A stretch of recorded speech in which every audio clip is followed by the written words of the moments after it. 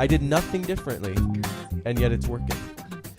But you know what? The good news is that it is working. All right, so here we go. Welcome to Matthew Felix On Air on Facebook Live. I don't know if anyone... Oh, shoot, I was going to go to Facebook and tell people we were live again, but hopefully they already know. I don't know. Fingers crossed. Anyway, I am really excited to be here. Even more excited now that I know that it's actually recording. It has been a long road and taken a tremendous amount of effort and been a really big learning curve, so it feels great to finally be here. To be totally honest, I'm not sure what to expect today, and of course I'm reading my notes from the first hour. Now I have learned that I really didn't know what to expect, but here we are, and like I said, I'm stoked to be here. As I mentioned on all of my social media posts, this Facebook Live broadcast is just the first of quite a few changes for the show. Today's episode, now that it's actually recording, as well as all episodes going forward, will be uploaded not only to Facebook, they'll be archived here on Facebook if you don't get a chance to watch them live, but they'll also be uploaded tomorrow, each Monday after the Sunday show. They'll be uploaded to YouTube if you want to watch, or someone who isn't on Facebook wants to watch. They'll be available on my YouTube channel, which you can find on my webpage, MatthewFelix.com. And if you want to continue to listen to the podcast version, like before, when I was just on the radio, then the new version of the show will be available on iTunes, Google Play, and other major podcast platforms. So really excited that the show will finally be available in those places. I kept having people say, hey, I was looking for your show, couldn't find it, and now it's just on iTunes, Google Play, straightforward. Really excited to finally get it there. I am also excited to announce that sometime this week, hopefully, I will get the archived episodes from when I was on the radio up on iTunes as well. So in addition to the new shows, which will be there, I'm going to take all of the old episodes, which really aren't that old, they're not even a year old since I started in February, but I'm going to have those archived episodes on iTunes as well as separate podcasts. I'm going to do two different things. One is... I had a lot of listeners say to me, why is the show 2 hours? 2 hours just seems kind of long. I got that feedback a lot. And so, why are you laughing? This is our second hour. This is our second hour. Ironically, we are doing 2 hours this time, but we're only recording 1 hour. Sorry. But anyway, could you please behave? Anyway, I got a lot of feedback that 2 hours, two guests was a little bit much. So what I'm going to do is I'm going to take the archived episodes, the previous episodes, and split them into 1 hour segments each. So each previously 2 hour episode will now be a one hour episode. So excited about that. That's the first thing. Second thing is, as I was looking at all of the sort of the whole body of work, all of the shows that I've done thus far, I realized that there were three themes that sort of jumped out. First one's travel. The second one I'm going to call, as the name of the podcast is going to be Words and Images. And so that's when I've had writers on, filmmakers, painters, photographers, that sort of thing. So that's going to be, again, Words and Images. Third podcast is for the archived episodes is going to be Society and Culture. And those episodes are when I had guests on to talk about social change, spirituality, women's empowerment, the environment, health, those sorts of things. Hopefully one of those podcasts, I'm not sure which one I'm going to start with, but hopefully this week, like I said, I'll begin uploading those to iTunes, Google Play, and the other platforms. And I'm really excited that they're finally going to get out there and be more accessible than they have been to date. Along those lines, a lot of people not familiar with the show have been asking me, what's the show about? And so I realized that I needed to come up with sort of a tagline, particularly going forward since things are going to be a little different, just to succinctly sort of characterize what is the show about. And so looking at the content, coming up with those three categories for the archived episodes, I realized that an easy way to sort of characterize all that was, first of all, people who create. So again, that's the writers, the photographers, the artists, and then people making a difference. And that's more the socially oriented or socially responsible, the environment, the health, and women's empowerment, those issues. So for the time being, until I have time to give it more thought, the slogan for the show, or sort of the tagline for the show, is people who create and people who make a difference. If you've got a better idea with regards to a tagline, feel free to let me know. Like I said, that's just what I've been able to come up with thus far. But I think it really does summarize what I've done on the show thus far and what I plan on continuing to do. As for today's show, as I also mentioned on social media this week, when she was on the show a few months ago, never mind an hour ago, today's guest, who's really going to be more like the host, very enthusiastically said that at some point she wanted to turn the tables and interview me. Well, at the time, it felt sort of like there was an element of vengeance, or maybe the offer sort of bordered on a veiled threat, and so I held off on taking her up on the offer.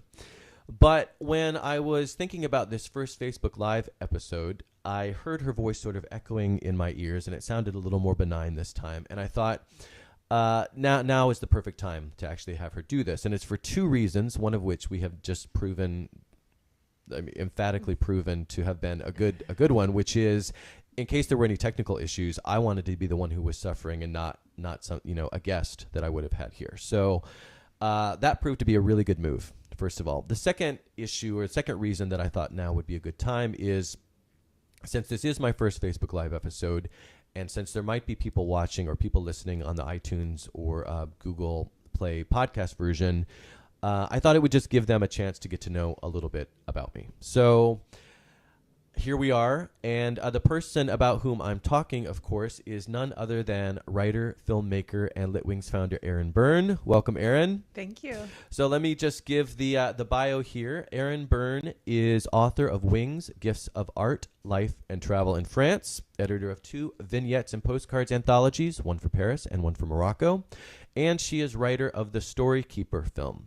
Erin's travel essays, poetry, fiction, and screenplays have won many awards, including 3 Grand Prize Solas Awards, the Forward Indies Book of the Year, an Accolade Award for Film, and the Pinnacle Achievement Award. Erin has taught writing at Shakespeare and Company Bookstore in Paris, at Book Passage Sausalito, and on deep travel trips. And as I also already mentioned, Erin is host of the Litwings event series, which features writers, photographers, and filmmakers. Erin was recently named travel writing curator for the Creative Process exhibition, which was launched at the Sorbonne and travels to the world's leading universities. Her screenplay Siesta is in pre-production in Spain, and she is working on a novel set in the Paris Ritz during the occupation, which is called Illuminations. Welcome again, Erin. Thank you. So I would ask you what we're going to talk about, but I already know kind of what we're going to talk about. Yeah. Now, the thing is, like I said when we were off air, I'm doing so many things here, and I'm doing it all for the first time. So it's not as if my answers are fresh, in my mind. So I think this is still going to be a pretty spontaneous, interesting conversation. But for our listeners, what are we going to talk about? Well, we're going to talk about travel and your books and your life and many other things along the way. Sounds good. It was a little bit of a challenge when I said I'd like to interview you, but I think you paid me back because I really didn't know that this was going to be videotaped too. Videotaped. First of all, there's not a lot of videotape. Well, by the way, I know. Whatever. Yes, video. Filmed, I don't even know. I guess just filmed. Yes, whatever. live streamed, pseudo live I streamed. didn't know that I was going to be on camera anyway. But you're made for camera. But now, now that I'm doing this for the second time, I'm just not half as nervous. So No, anyway. you seem way more relaxed. Yeah. But the thing is, like I said, I didn't know that you were not relaxed. Right. Well, so You pulled it off really Matthew. well. Yes. We have a rather vibrant group of travel writers in the Bay Area. We sort of think of ourselves as a travel writing tribe. And you seemed to appear on the travel writing scene suddenly, at least to some of us. And we were like, where did this guy come from? You were at Weekday Wanderlust. You were at book events, and you were leaping in with questions and always talking about the creative process, always present. And so my question is, where did you come from? Where did I come from? Well, it is interesting because I got that feedback from a few people. People a couple times or a few times have said, you kind of showed up overnight or something like that, which is particularly ironic given that I've been in San Francisco for over 20 years. But I had not been part of the travel writing community, and of course that's why people are saying that. They're saying that, well, why have I shown up at these events or what have you? And I mean, I think there are two parts to that question. The first one is that, when I was writing my novel for the 10 years that I was working on my novel, I was doing that off on my own. And I did try to kind of find some community and try to find some writing groups, and it just never happened. I would go on Craigslist or look in different places, bookstores, and either I got there late or the events were no longer happening. It just, for whatever reason, that part didn't happen. So I ended up spending those 10 years when I was writing the novel really just kind of doing my own thing. Well, then last year I went to the Book Passage Travel Writers and Photographers Conference, and that's when it started to change. That was very much a game changer in the sense that I didn't know anybody there. I just, showed up. And by the end of it, I knew a lot of people, or I had at least met a lot of people. And then out of that, you and I met as an extension of that. We didn't meet at the conference, but we met through a person or people associated with the conference. And why are you laughing? It's just there's a good story about why I wasn't there. Okay, we need to know the story about why you weren't there. Yeah. So really, it's the reason that people in the travel writing community might have this sense that I just appeared overnight is really because of that conference. And after that conference, I heard, and through the conference, I heard about events that I wasn't familiar with, and then I would start to see people, and they'd tell me about other events, and then it turned out, to your point, that there really is a community. So you do sort of end up crossing paths with a lot of these people. So I guess in that sense, in the travel writing community, I did sort of appear overnight, I guess. Right, but you were really I was here all along. You were writing the book. You were writing your book. Yes. So I wanted to ask you to talk a little bit about your travel values. When I work with writers, I often ask them to think about what I call their travel manifesto. And it's basically what you believe, what your values are with travel, and how you live them out. And I like to have writers sort of write this out because I think it helps us to live out our values when we're traveling. I'll read you the first, my first little statement in mine, hoping to kind of, inspire you to think about yours. This is just an example. I believe our reactions to places are initially a reflection not of the place but of ourselves. And by that I mean sometimes of our biases and our needs and our current lives. Thus, I allow a place to beguile me. I try not to post, proclaim, pronounce, or otherwise do the charming myself while in the place. So I try to be aware. I try to almost chase out what's inside of me. I let the place chase it out. Mm-hmm. Other people's might, but it's different for everybody because other people might believe that posting helps them feel like, oh, wow, I'm really here. What do you mean by posting? Well, I mean like posting, proclaiming, like, so I had been to Spain before, but I just went to Spain recently and I loved it so much. And I really felt like holding myself back from like proclaiming that all the time was helpful for me because it was like just a way of feeling it and examining why I loved it. And maybe not coming to a conclusion so soon? Yeah. Mm-hmm. So I wonder, what are some of your travel values and how you live them out? So even though I just answered this theoretically an hour ago, it's still a really good question because I haven't really thought about what are my values related to travel. I do it, but of course I do have values and I am approaching it with a certain way, a certain philosophy. Right. So I think it is a really, really good question. We talked earlier about that concept of duende in Spain, the dark thread. So it's like, I believe that is there in the place. And so because I believe that, I try to sense it. Mm-hmm. And open yourself and be aware of it. So it's like your philosophy of travel, kind of.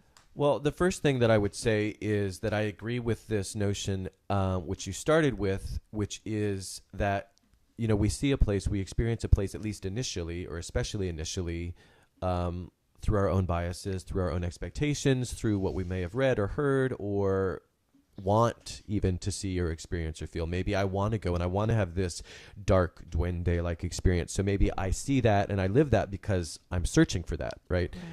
So I agree with that inevitably where we go.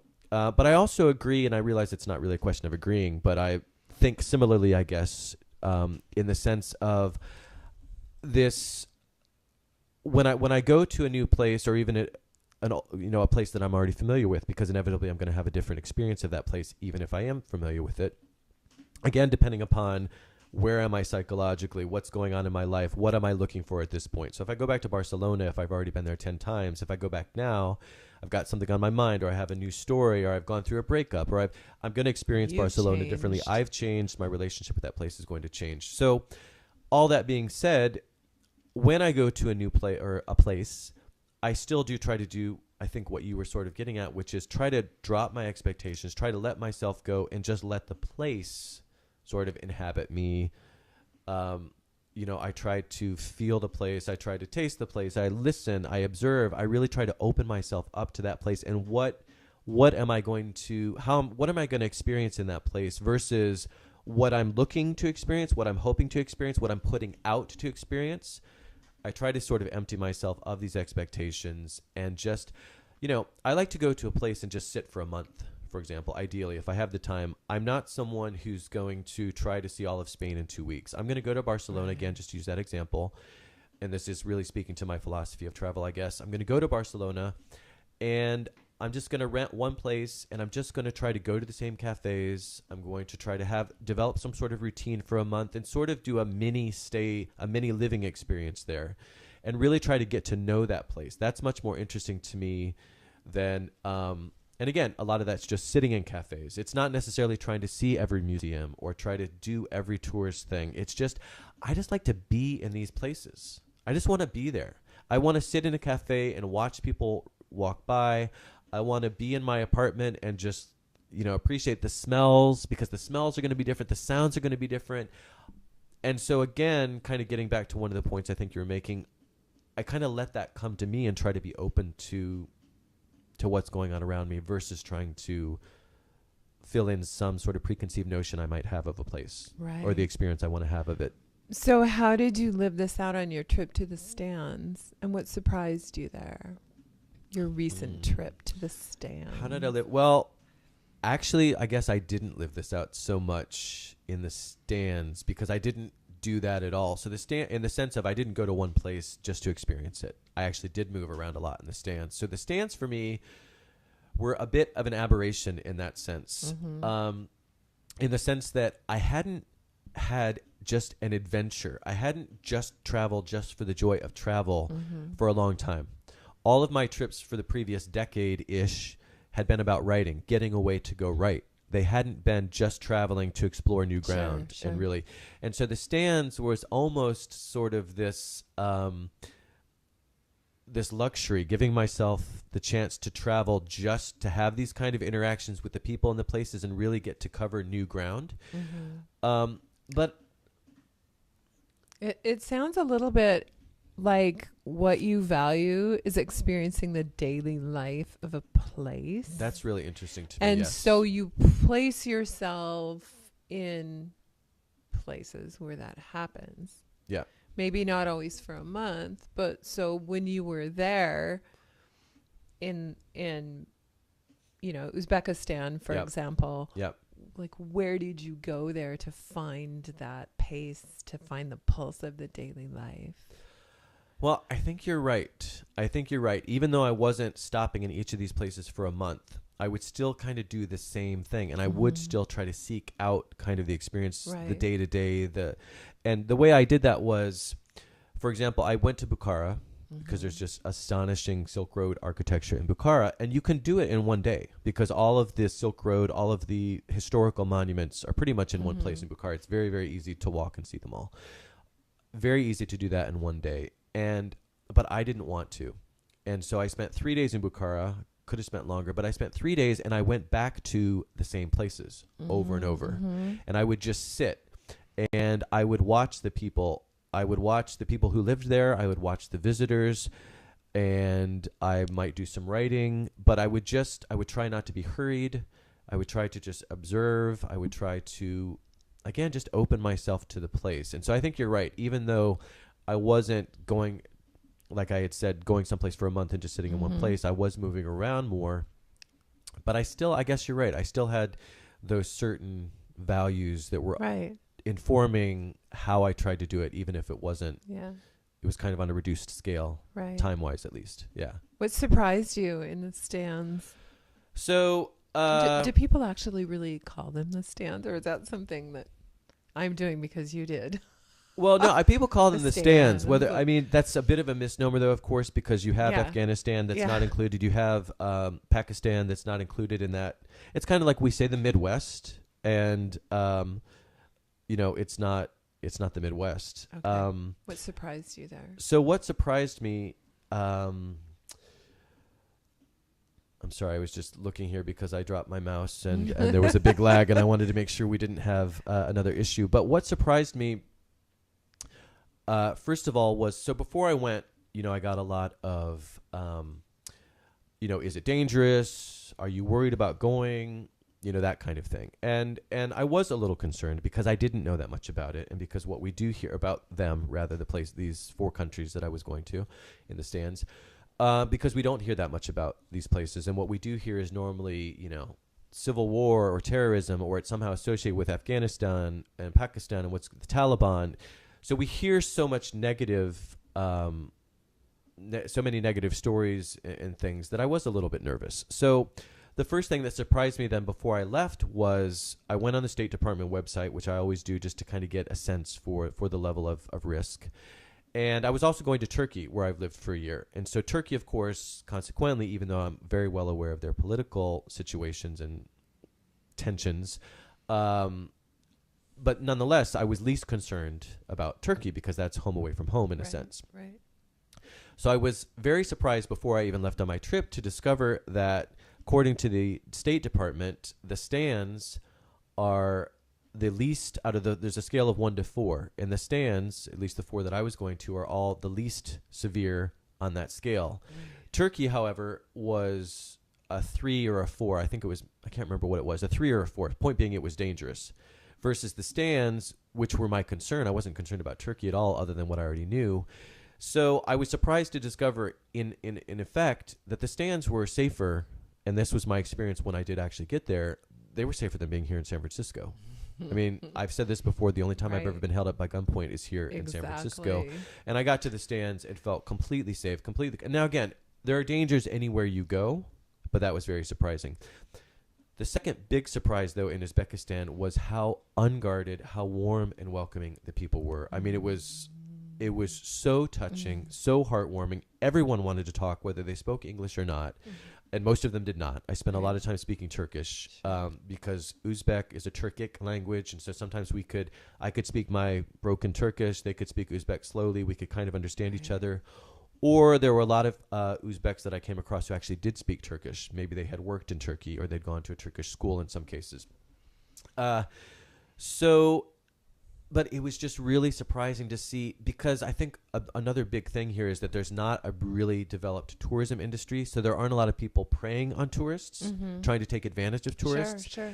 So I could also be more open. So they were really open. Everyone wanted to talk, and it was just so refreshing. Like a visitor instead of a tourist. Yeah, and I only saw one other group of Americans, and so again, just coming back, I mean, the people. It was just really surprising to see that they were that open, that welcoming, that warm, and just that unguarded. It was great. Lovely. Yeah, it was really inspiring and encouraging.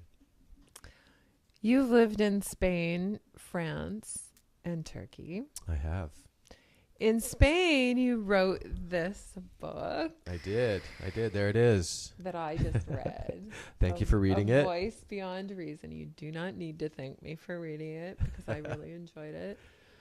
The very first thing you do is place me in a little Spanish village, which I just spent a week working on this film with my filmmaker in this little Spanish village and in Andalusia. Yep. And yours, where you lived, is kind of near where I was, but very close. The very first chapter of this book just took me back. And also the places in the book where you evoke Granada, you just like evoke it so sizzlingly. So thank you. It's very transportive.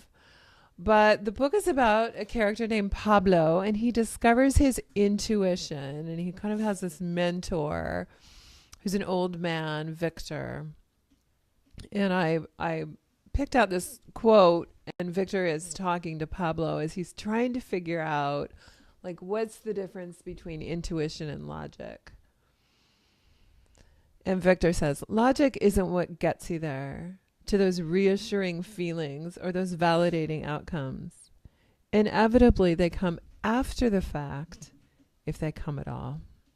So the book is really about how we navigate following our intuition. And I love that part because we look for the validating outcomes and we look for those feelings. And in this book, you really get down to the nitty-gritty of how to follow your intuition, even though at times it's not logical, and where that gets you. And in my experience, it gets you to an entirely different, more unexpected, and more authentic place. Amen. So I'd love you to talk a little bit about that, and maybe a little bit about how your experience in Spain mirrors Pablo's. Sorry. Oh, That's Pablo. okay. You said Did Pablo I? the first Okay. time. That's okay. Yeah, I have a friend, Pedro. Who's I know you do. Spanish. Yes, So yeah, okay. it's Pedro. All right. So there are a few sort of questions there. The first one is, so the quote that you read is at a time when Pablo is waking up to his intuition, but he's still in the process of waking up. So he hasn't, in that particular quote, he's having self-doubt because he's having these feelings in his gut. He's maybe sensing something in his heart, but so he's feeling these pulls. He's feeling this intuitive pull to do whatever it happens to be at that point. But he's having these doubts because we're so accustomed and we're so trained to expect to have a reason for doing something. And intuition is not enough. And so he's waking up to his intuition. He's had some things that he are really, causing him to see, wait, there is something here worthwhile. There is something legitimate here. But when he has to rely on his intuition in the absence of reasons to know that his intuition is correct, then he kind of hits a wall. And so that's where that conversation is he's progressing along this awakening to his intuition, but he's still really holding on to reason. And I think we all do that. I think that it's one thing to say, oh, well, go with your gut, follow your heart, but doing it sometimes in the absence of reasons, and you might not ever get that validation even after the fact, is what Victor was just saying. That's really hard for a lot of us. And one of the main themes here with the book that this is touching on is just this idea that we have reason's completely valid. We need logic in our day-to-day lives. Like I love having my computer and my cell phone, and it has its place, but so much of that in our society and in this time, I think in history, we've said that's everything. That's the end all be all, when as human beings, the reality is there's this other side of things. And our intuition is also an entirely legitimate, and it has its own place, its own context, where it makes more sense for us, ironically, to rely on that intuition and to pay attention to that. And there's something else going on there. And to your point, particularly when it's coming to big major life decisions, following our hearts, going with our guts, trusting that inner voice might actually take us to a more authentic place. Right. And so those are just kind of some of the things that he's grappling with at that point in the book. And then you asked me about how that mirrors my experience in Spain. Right. Well, I was going through a lot of that when I started writing the book. And so what happened for me was I knew that I wanted to take some time off at that point in my life and just explore my creativity. And I didn't know exactly what that meant. And I had been doing the corporate thing, very stressful, very frenetic, very very logical, all left brain. Right. And so what I decided was I need to get away and explore my creativity and kind of balance out my life and my worldview. And I'd wanted to write for a long time. It just had never gotten around to it because it didn't make sense. Can't necessarily, who knows if I can make money from this, all that kind of stuff. Never makes sense. So, but I went away, and when I went away, it took a few months. to decompress, to change gears. And as I started to get further and further away from my day-to-day life, then I started to hear this voice, and I say that in a metaphoric sense. I didn't actually hear a literal voice talking to me, but I did start to feel more sensations in my gut. I started to hear my heart telling me to do this, make that decision, and I would doubt it. And then after not doubting it, I would oftentimes get evidence. Oh, shoot, I should have done that. And now it makes sense after the fact. But at the time, I didn't have that. Because sometimes we do. But that's another tangent. And so yeah, a lot of what I was going through at that time is what, in fact, inspired me to write this book. Because I started to see how I was waking up to my own intuition in a somewhat linear fashion. I could see the process by which I was waking up. Path. Exactly. Right. And so I thought, if I could help one person do that, because I think it's so important, because it is about our heart. It is about a greater truth. It's a psychological adventure. Yeah. And so I did do that. But what was I going to say? There was something else I was going to say along those lines about how it was mimicking what I was going through at the time. I don't remember. I lost my thought. But yeah. It just seems like such a perfect place to be writing about intuition and experiencing it, because the Spanish people, I felt just like they feel this coming up, from the soles of their feet, says Lorca when he's talking about this duende. But the flamenco guitarists and the dancers just, they feel it and they do it. And they're bold and strong about it. And the people who I was teaching on this deep travel trip the first week I was there, and we met Azahara Flores and Pedro Ramirez. Yeah. They sort of showed us how to live from the heart. And, so what a perfect place to do that. Flamenco is not about the intellect. Yeah. Nothing. Like it's about feeling it and acting on it. So. Well, and if I can just say one more thing along those lines is, I ended up in this Andalusian village, which is where I started writing the novel and where the novel takes place, like you said. And that wasn't my intention, actually. At the time, I was trying to get out of Spain. I had actually had a falling out with a friend, and I had been robbed, and I was over Spain, actually. Right. And I wanted to get to France. But at the time, I couldn't find any place in the south of France where I was trying to live, and which sounds all shishi, but trust me, all of the south of France is not super shishi.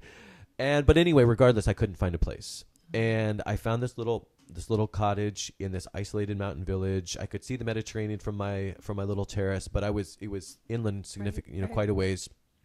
Not really many tourists up there. Some would come during the days to visit, but it was still an authentic, because a lot of those villages have been overtaken by Northern Europeans and things. So this was still an authentic village.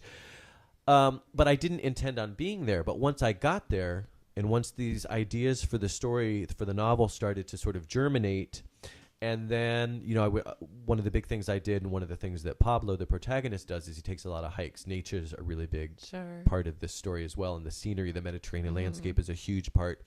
But up at the beyond the village, a 45-minute hike up, there was this cave where way back when Sufis would live.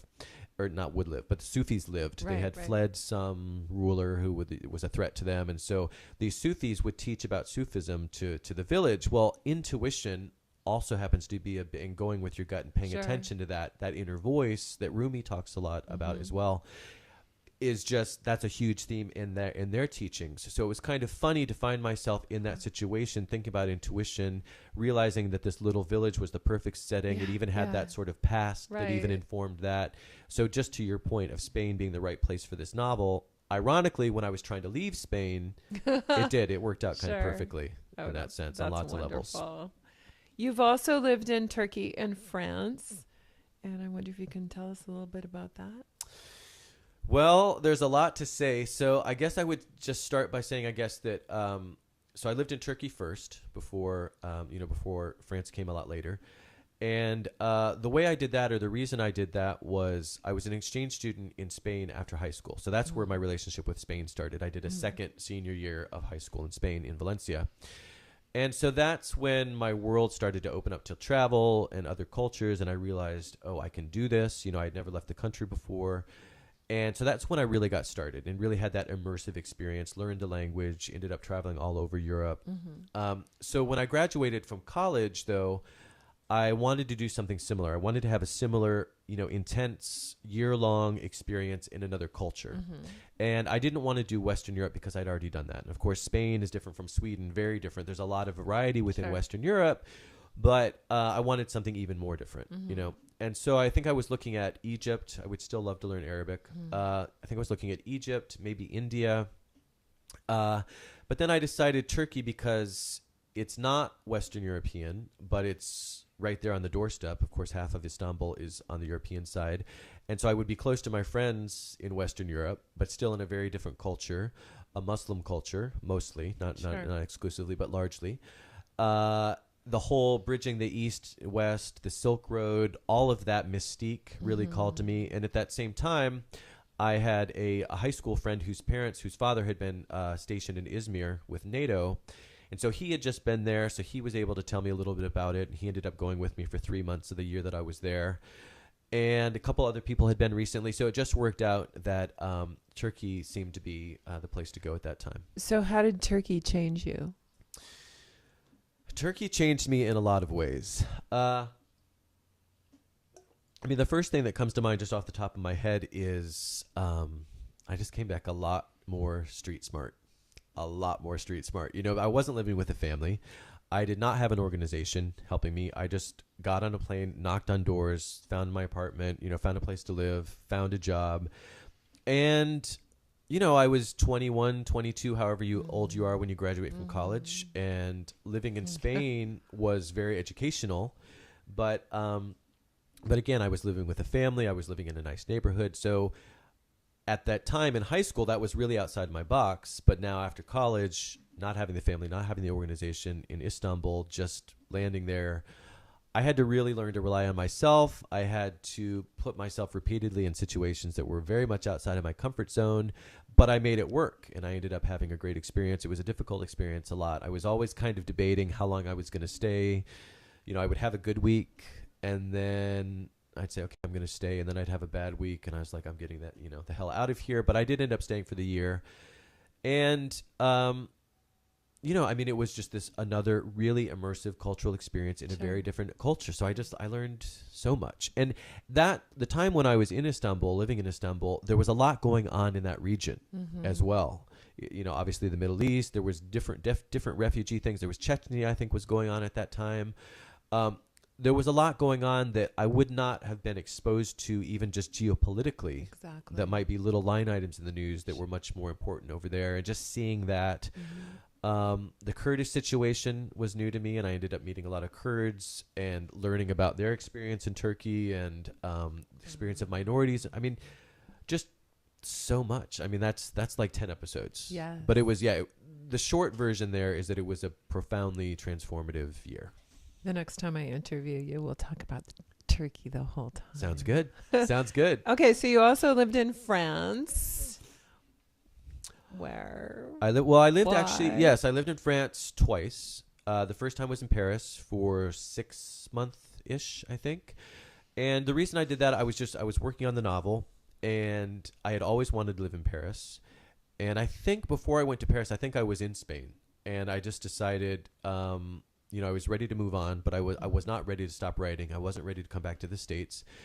And so I found a place in Paris. I moved to Paris, and I ended up staying there 6 months. And I had been many times before. So in that sense, it wasn't new to me culturally, but, it's always different to live someplace versus just visiting for a week or two. Yes. And so that was a great experience. And then I came home for Christmas, I think.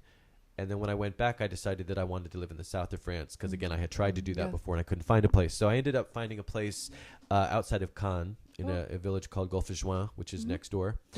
And there was a villa, top floor of a villa. Their people for the Cannes Film Festival, it was around that time, had backed out. Oh, wow. And so that's the only reason I was able to afford it was because there was no one now who was going to rent. They didn't, and so I just got a room. I didn't obviously pay for the whole top floor.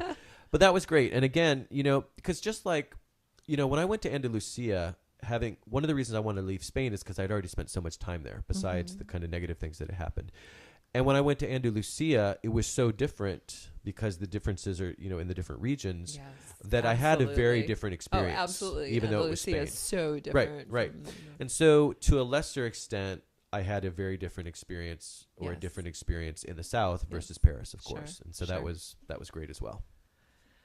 I'm wondering if you suffered from reverse culture shock after being there for long periods of time. I know that I just returned from 2 months and I was in France and Spain as well. And when I returned, part of it is the pace of life here. As soon as the plane landed, it was like it was not part of my daily psyche to have bing, bing, bing, bing. Ugh. And everyone was looking at their screens and suddenly everyone was in a hurry and they had to do this. And it was just like, I was literally in shock and just wanted to be in this bubble. And so I wonder, after living for a longer period in those, if you had reverse culture shock when you returned. Well, let me say, first of all, one of the reasons I went to Central Asia was hoping. Now, I know that cell phones are everywhere, but I was praying that I wouldn't have to listen to that ding, ding, ding, just that constant audio assault to which we're subjected in our day-to-day life. I mean, it drives me crazy, and it drives my friends crazy how much it drives me crazy, because I think some of us are just more sensitive, and I will own up to being one who's very sensitive to that.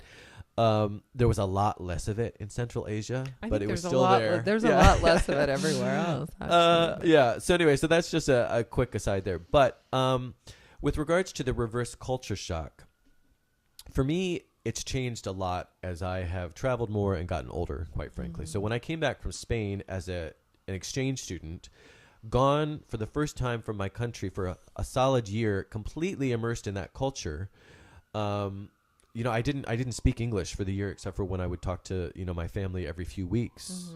And even then it would be, my English would kind of come slowly, right? Sure. Just because it's not like I forgot, but just the motor, the muscle, right? So that was a completely immersive experience. So when I came back from that was intense. That was intense because for the first time ever, I was seeing my culture almost as someone not part of it. Now, of course, I was still part of it because, I grew up here. But I had been gone for a whole year in another culture, speaking another language, studying in another, all my friends being Spanish. So that was a big shock because I saw my own culture for the first time really as somewhat of an outsider.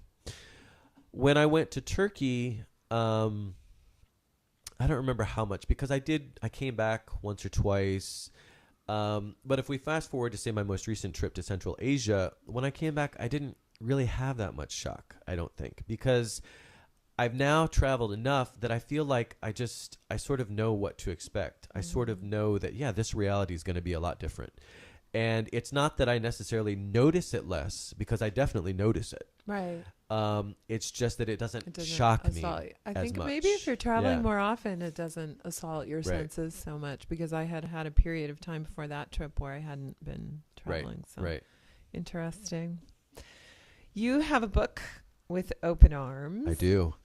There about it is. Morocco. There it is. And I also have a book about Morocco in an anthology, Which is called? which is called Vignettes and Postcards from Morocco. Thank you very much. And I noticed when you were talking about this book, you said something like, I just didn't know if I'd ever return to Morocco. And then there I was again. And it reminded me of how sometimes a different place or culture takes a while to work its magic on you. And I love Morocco now. But the first time I was there, in my introduction to my book is called Kaleidoscoped. And basically Fez, I was in Fez, it just flattened me. Right. There's no personal space. It's like you're back in the 10th century. It's everything. It's the donkeys and the goats' heads flying right in front of you and the difference. And in my book, quite a few of the writers just had this experience of the place working its magic on them in a slower manner. So the story that I read from this is called Welcome Back Again. And it's about, it's kind of about that process of the culture working its way into you in spite of some things that happen. Anytime that you have an incident when you're in a country, it kind of blocks your wider view of what the place actually is. And also, when a crowd gathers, our impressions of the place intensify. So I just wonder if you could talk a little bit about your experience in this story, and then how you pieced together your impressions of Morocco based on that. Well, I didn't. And what I mean by that is the story that you're citing is actually on my second trip, and it's the end of my second trip. Mm-hmm. So by that point, I had already really formulated, my impressions of Morocco, and I was kind of giving it a second chance because I had a lot, quote unquote, because I had a lot of very challenging, difficult experiences on my first trip to Morocco. Mm-hmm. And that's actually why I wrote the book. So I did not go to Morocco to write a book, and this book is certainly not representative of the Moroccan experience. And I'm not saying in any way that this is what you should expect if you go to Morocco. I just did, however, have some very crazy experiences and some negative experiences and some funny experiences. But going back to the taxi experience when I was surrounded by the group, and I don't want to give too much away, but I was in danger. I was in very real danger. It didn't inform my experience so much. The reason I say that is because I think that experience could have happened anywhere. I mean, to some degree, or a variation on that experience. I've been screwed by cab drivers in New York, for example. Now, I haven't been in the kind of danger that I was in that story in New York, and I haven't been surrounded by 50 men in a mob in New York. But so there's that angle. And then there's also the angle of when something negative like that does happen, I'm pretty good at knowing that this isn't necessarily, maybe I'm just having bad luck, or maybe I made a dumb decision, or maybe it's not necessarily, I'm not going to say this bad experience happened to me here, that means that's how this place is. I'm not going to kind of extrapolate. Because again, I've been held up at gunpoint here in San Francisco. That hasn't colored my experience of San Francisco. I might not go certain places. I mean, actually, it was where I lived. So, I mean, my behavior didn't really change that much as a result. But point being, like, that negative experience that happened here in San Francisco did not color my whole experience or view of the city. And it's the same with my experiences. It's maybe not quite the same with my experiences in Morocco, but to a large degree, I say in the intro, even though I've had some of these crazy experiences, which is why I'm writing this book, I've never told one person not to go to Morocco, and I would just say, be careful, watch your back, just like you need to any place else. Sure. But at the same time, it's true that I could have gone back a third time. Someone wanted me to be their guide, and I chose not to because it was too soon after some of these intense experiences. So I would go back now, happily. I would be very curious to go back now because it's been about 10 years.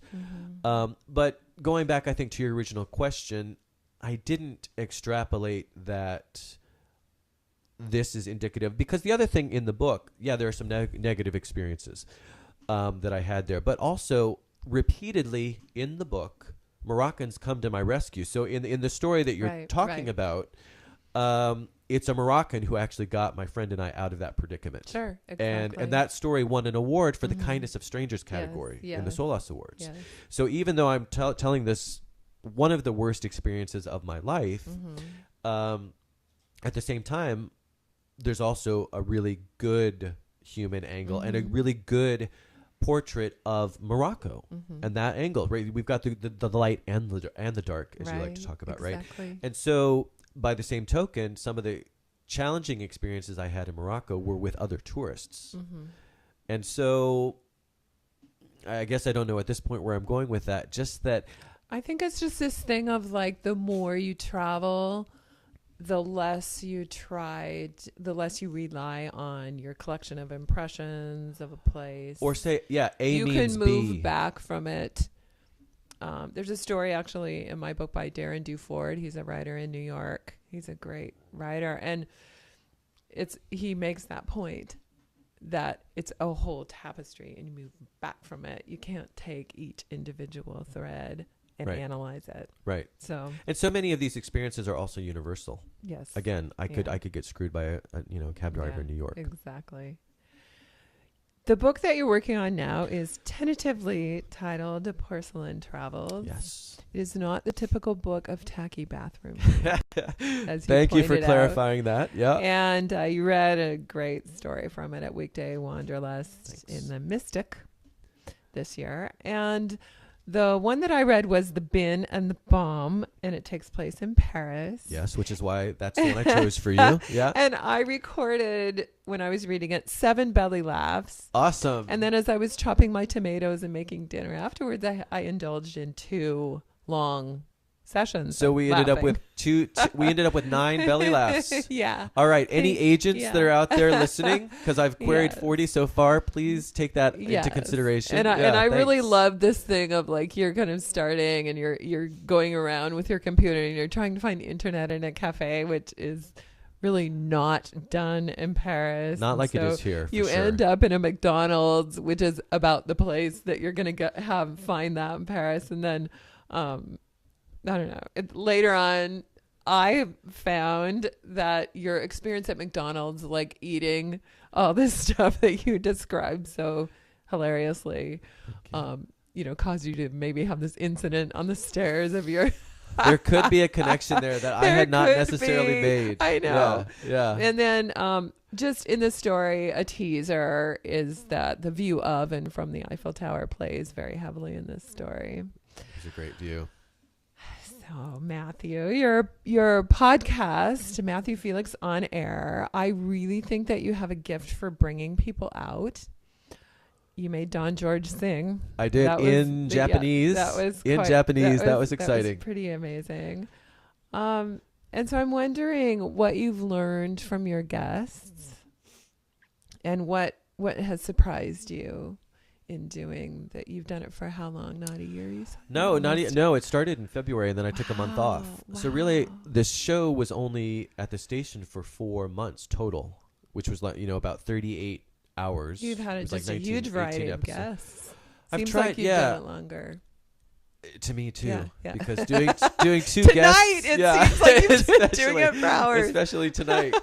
Yeah. But yeah, doing the show for 2 hours and having 2 guests, which I'm not doing anymore going forward, because I learned that. I mean, that was one of the key learnings. It was a tremendous amount of work that was taking about at least half of my week. Yeah. So that was one of the learnings, which I'm excited because now I can kind of relax a little bit more each week as I'm preparing for the show and give individual guests maybe even a little more thought, put a little more thought into them as opposed to really just trying to make it work. And I think it did work, but it was tough sometimes. So that was one of the learnings. But then each guest, because there is such a variety, I mean, I love the conversations, and I'm learning, and I deliberately do that. So, for example, I had, dandelion chocolate just comes to mind.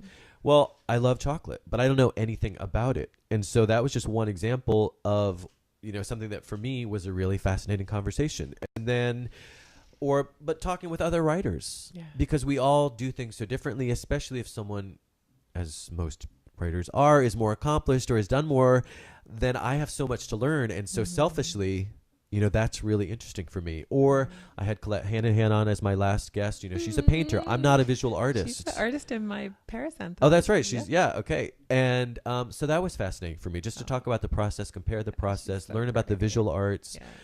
Yeah. So every guest, I mean, a lot of it is kind of selfish. I'm having people on that I know have something that I want to learn more about, and Sure. hopefully it's good for them. I try to make it obviously a two-way street, but I learn a tremendous amount, and it's always different. Each show, it's always completely different. And what do you daydream about the future of it? What do you dream about for it? The past 2 weeks, getting set up to do Having the Facebook sound Live work. and having the sound work, and then having it work for no reason when we did nothing different. I have been so consumed making this change. Like I had no idea, which is probably good, that the change from moving from the radio station to Facebook Live and YouTube and iTunes and all that was going to be so involved. Completely starting from zero and learning about the sound and the lights and all the technical aspects. I've been so buried in all of that for the past 2 weeks. That's been my only. So I will dream now for you on the spot.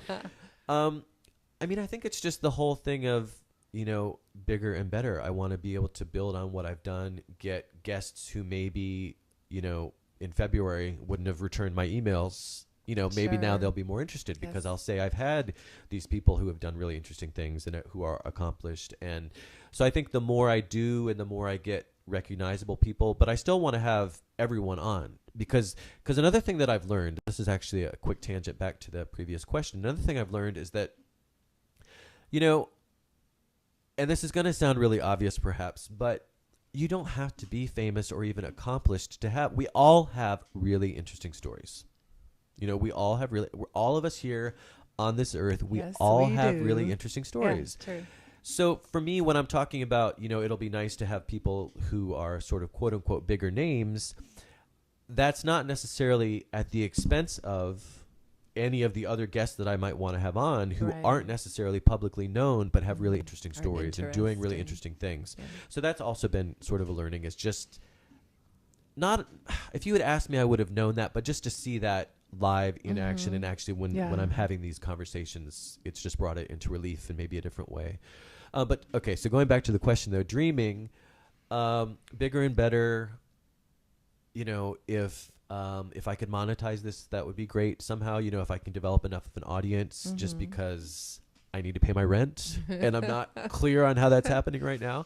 So that would be good. If it ever turned into some sort of professional gig, I would be open to that. That's not the goal, but if you say to dream, Sure. because I really do Yeah, enjoy yeah, doing it. And the reason I'm saying that, I started doing this because I'm querying agents for the new book. I'm querying agents potentially for an expanded Morocco book also. And, we just hear platform. I didn't really have much of a platform before January of this year. And so when the opportunity came up to do the radio show, I just jumped on it. And so, but then, since I've been doing it, I just really enjoy doing it. So now it's not just about that platform. It's about doing it because I love doing it. And I love giving other people the platform. So dreaming then, again, coming third time around, back to the question, the dream would be just to make it a bigger platform to be able to do even more with the show. Just like I never thought I was going to do a radio show. I sure as hell never thought I was going to be on Facebook Live twice in one night. So yeah, just upwards and onwards, I guess. All right. Yeah. Thank you. Thank you. Well, we wanted to do a little plug for the Book Passage Travel Writers and Photographers Conference, which is coming up this week. It's Thursday through Sunday at the Book Passage in Corte Madera. And if you are at all interested in photography or writing, travel writing, you need to drop everything and sign up. I'm sure there are still spaces, but Elaine and Bill Petrocelli and Catherine Petrocelli and Karen West plan at Book Passage plans awesome. such an intimate time, and our high priest of travel writing, Don George, and our own Bob Holmes photographer are they're Holmes, they're you need in to watch charge. out for. Don couldn't recommend more. Bob is. I would just be. He was careful. in my He's he a was wily my one. he was in my last Litwings. A lot of these people. Bob has been on this show as well. Bob's awesome. And so has Dawn. But Yeah, a and lot of twice, these yeah. people I have as guests at my event. The Bay Area people, Jeff Greenwald, Larry Habiger, who's my publisher, Catherine Carnow, she was my very first photographer at Litwings, Michael Shapiro, and this year they're going to have Michael David Lucas, who wrote The Oracle of Istanbul, and his new book is called The Watchman, The Old Watchman of Cairo, I think, and so he's talking about travel writing on fiction. Mhm. And many of my favorite peeps are coming to town for it. The badass editor of Best Women's Travel Writing, Lavinia Spalding, and Candace Rose Varden, Jim Benning, and Tim Cahill, who's my guru.